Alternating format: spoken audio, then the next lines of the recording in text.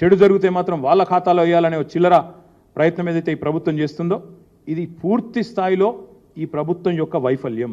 ఎందుకంటే 9వ నెల ఈ ప్రభుత్వం వచ్చి 8 నెలలు పూర్తయింది, 9వ నెలలో అడుగుపెట్టారు.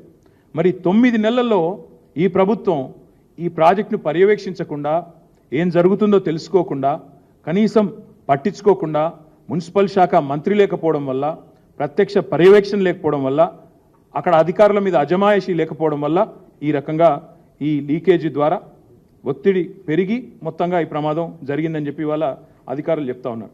ఒక్క మాట మాత్రం పక్కాగా చెప్పాలి, ఇది 100% this is the failure of the chief minister. ఇందులో ఎవరి ఫెయిల్యూర్ కాదు, పక్కాగా మున్సిపల్ శాఖ తన దగ్గరే పెట్టుకొని ఆ శాఖను గాలి కొదిలేసిన ముఖ్యమంత్రిదే దీని ప్రధానమైన బాధ్యత. ఇలాంటి భారీ ప్రాజెక్టులు కట్టేటప్పుడు పర్యవేక్షించాలి, మానిటర్ చేయాలి, ఎవ్రీడే చూడాలి. తప్పకుండా ప్రభుత్వం మీరు ఇవాళ ప్రజలకు మీరు సంజాయిషి ఇవ్వాలి. ప్రమాదం జరిగినట్టు మీకు తెలుసా తెలియదా ముందు చెప్పండి. తెలిస్తే ఎందుకు 1 వీక్ దాచిపెట్టారు, మీ తప్పు లేకపోతే అది కూడా చెప్పండి. అసలు ఇంకొక